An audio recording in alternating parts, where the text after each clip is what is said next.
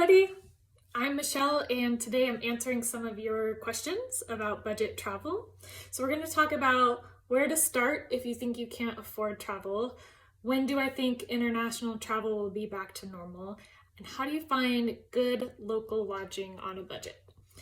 So let me know if these questions interest you. Just type in a quick yes or no in the chat comments. So I wrote a book about our budget travel strategies, and this week I'm reintroducing an updated version for 2021. Here it is, 2021 edition. So I'll be sharing more tips in video in the coming week. If you have more questions about budget travel or accommodations or maybe book writing, I don't know, please send a message and I'll try to answer them in a future video. Our first question today comes from Jilene. She asks, what information can I find to get out of the common mindset belief of I can't afford it? I dream of traveling, but have small extra money, if any, and wonder where can I start? So, Jilene, I've noticed that it can be hard to even imagine what's possible for yourself if you haven't seen examples. If your view of travel is tied to the typical vacation where you pay a lot of money for airfare, then you pay a lot of money for hotels, then you pay a lot of money eating out and going on tours, then it does not seem affordable. But I use the word unconventional in the title of my book because the type of travel I'm talking about is not typical. So when Jen and I started traveling long term, we had just finished a 2-year volunteer keyword service with the Peace Corps, and we were just starting our freelance business.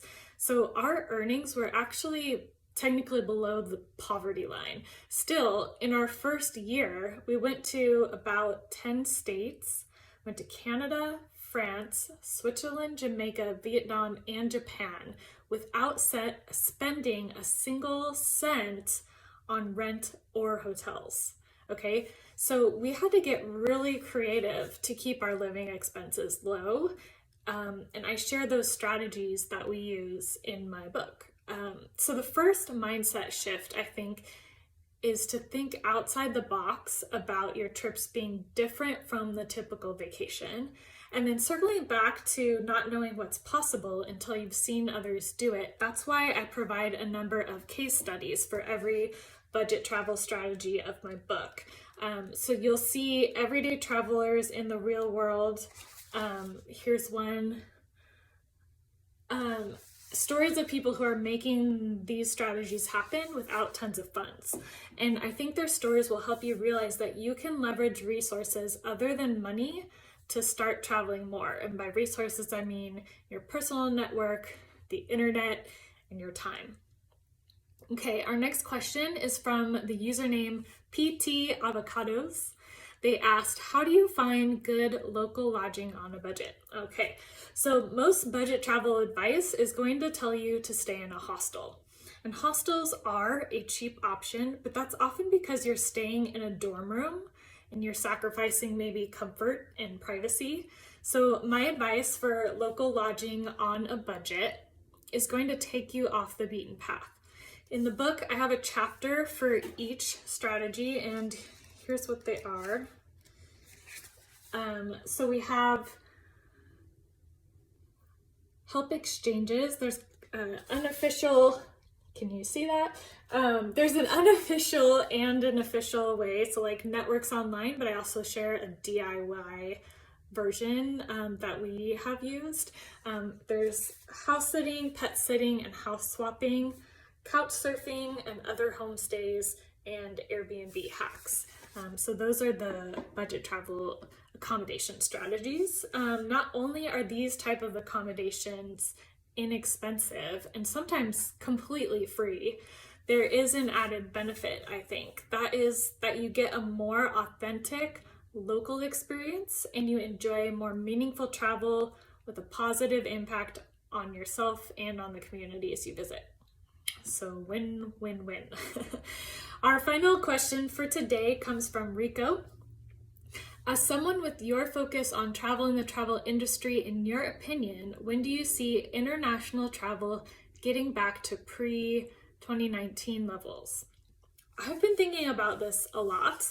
I have seen predictions that travel won't rebound until 2023 or 2024, depending on the region, but even that could be ambitious because those estimates were made before the Delta variant was in play. So it's hard to know. It really depends on what happens with COVID variants as well as the distribution of vaccines, and it's going to vary region by region. Personally, so Jed and I ran our first tour in Hoi An, Vietnam in 2019. And then we co-hosted a cooking vacation in Tuscany, and we'd really like to do those again. But for our own sanity, we're not even going to attempt that in terms of bringing other people on an experience for at least another year. Because even today, the EU just changed its recommendation on allowing non-essential travel from the US. So while I think it will continue to be possible to travel internationally, and Jed and I are hoping to do that in October to Latin America, over the next 2 years, at least for Americans, I don't think we'll be free of that kind of uncertainty and all the restriction changes anytime soon.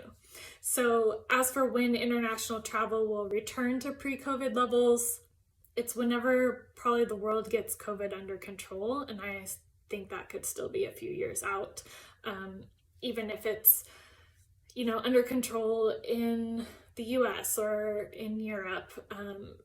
International travel is open globally, so it's going to be a while. All right, so that's it for today. Let me know if you found today's Q&A helpful, if you have any other questions I can answer. As I mentioned, my book is freshly updated, and the 2021 edition is available in paperback and ebook formats on Amazon. So have a great day. Safe travels.